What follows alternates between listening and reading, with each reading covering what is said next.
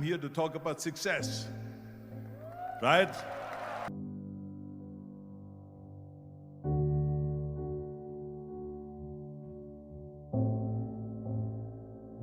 The first rule of success is to have a vision. You see, if you don't have a vision of where you go, and if you don't have a goal where you go, you drift around and you never end up anywhere. It's like you can have the best ship in the world, you can have the best airplane in the world. If the pilot or the captain doesn't know where to go, it will just drift around. It will not end up anywhere, or most likely in the wrong place.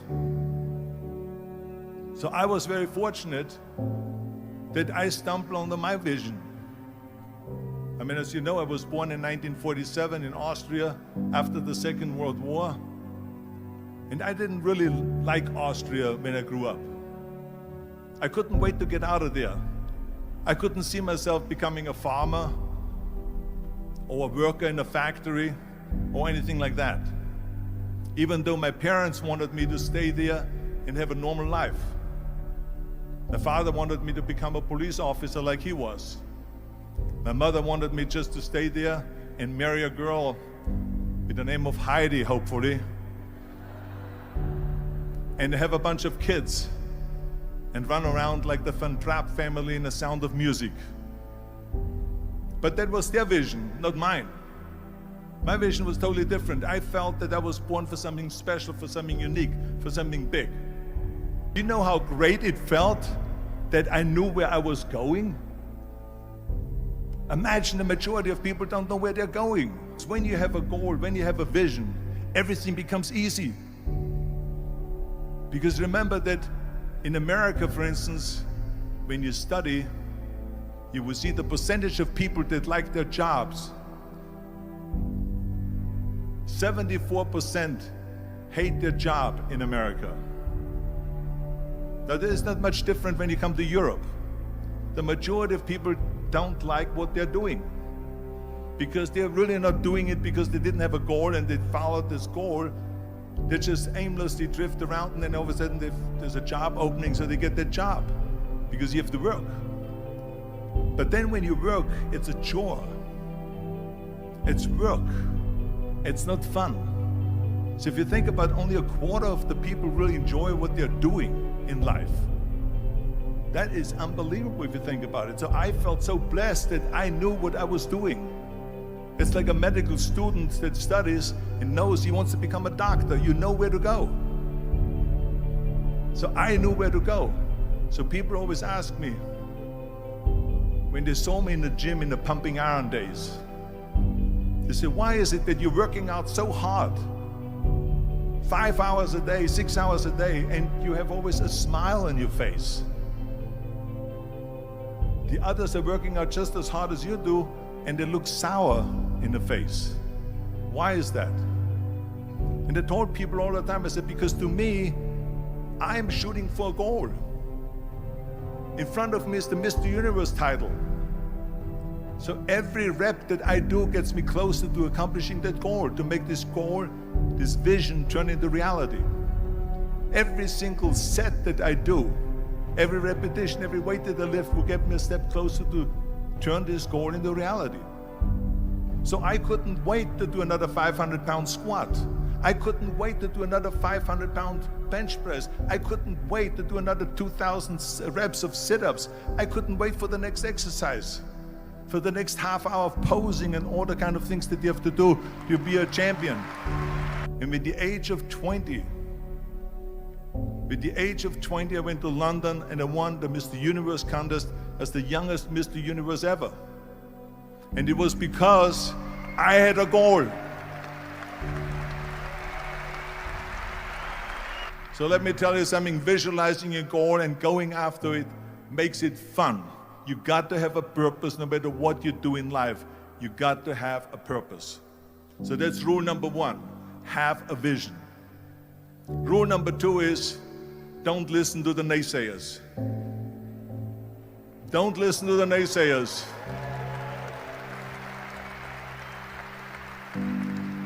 Everything I ever did, the thing that I heard out of people's mouth was, that's impossible. That can't be done. Or no.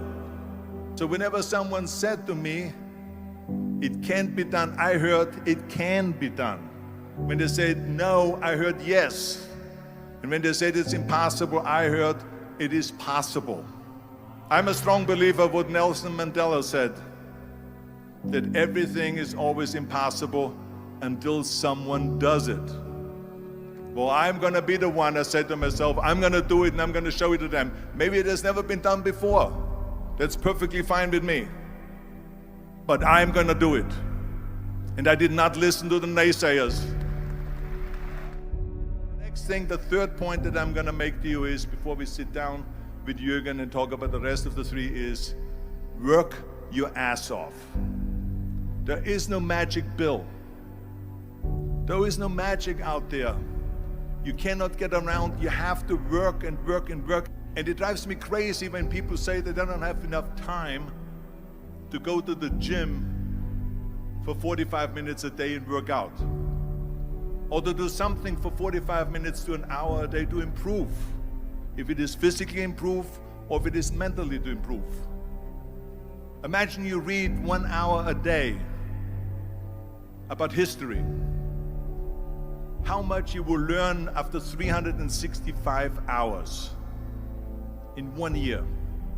Think about if you study about the history of musicians, of composers, how much you would know. Imagine if you would work on a business, on some business that you want to develop every day for an hour.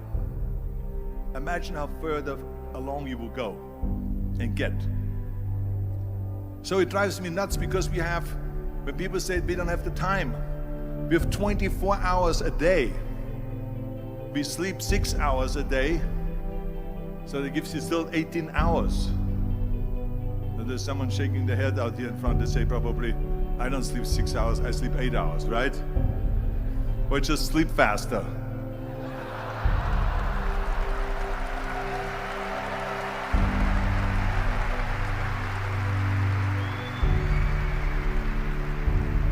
So we have 18 hours a day.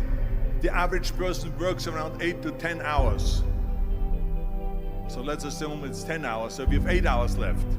Then you travel around an hour a day, maybe 2 hours a day. So now you have still 6 hours left. So what do you do with these 6 hours? What do you do with these 6 hours? Then we eat a little bit, then we schmooze a little bit, talk a little bit to people and all that stuff. But you can see how much time there is available if you organize your day. So you got to work hard. I mean, let me tell you something. When I went to America, I went to college. I went and worked out 5 hours a day. And I was working on construction. Because in those days in bodybuilding, there was no money. I didn't have the money for food supplements or anything. So I had to go to work. So I worked on construction. I went to college. I worked out in the gym, and at night from 8 o'clock at night to 12 midnight, I went to acting class 4 times a week. So I did all of that. There was not one single minute that I wasted. I became very friendly with Muhammad Ali in the 70s. And Muhammad Ali worked his butt off. And I saw it firsthand. And I remember that there was a sports writer that was there in the gym when he was working out and he was doing sit-ups. And they asked him, how many sit-ups do you do? And he said, I don't start counting until it hurts. Now think about that. He doesn't start counting his sit-ups until he feels pain. That's when he starts counting. That is working hard. And so you can't get around the hard work. It doesn't matter who it is. As a matter of fact, I believe what Ted Turner said, work like hell and advertise.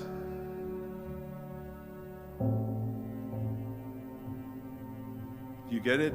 Work like hell, go to bed, and early to rise, work like hell and advertise. So you work your ass off, and then you let the world know about your work. That's what it is all about. Let people know. If you have a company, if you have a movie, if you do a sports, work your ass off, but then advertise and let everyone know. I hate plan B. And I tell you why. Because we have so many doubters, as I've said earlier, the no-sayers. We have so many of those people that say no and you can't do it, it's impossible. That is okay because we just turn off, as I said earlier, and we listen and we hear the no being a yes. You can't do it, you can do it, and all of that. So that is possible to do that amongst all the negative people around you. But when you start doubting yourself, that's very dangerous. Because now what you're basically saying is that if my plan doesn't work, I have a fallback plan, I have a plan B. And that means that you start thinking about plan B, and every thought that you put into plan B, you're taking away now that thought and that energy from plan A.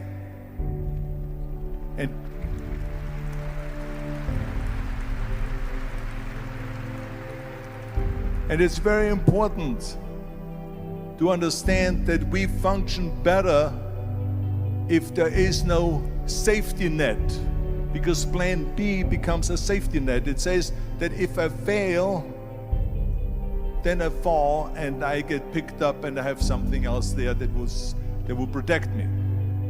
And that's not good, because people perform better when there's no safety net. People perform better in sports and everything else if you don't have a plan B.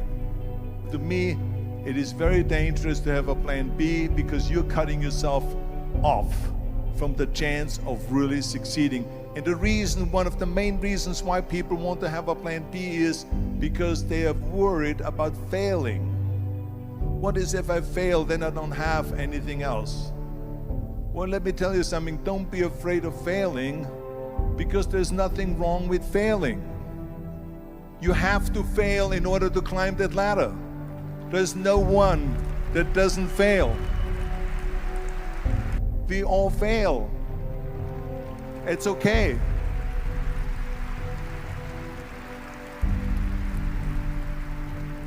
What is not okay is that when you fail, you stay down.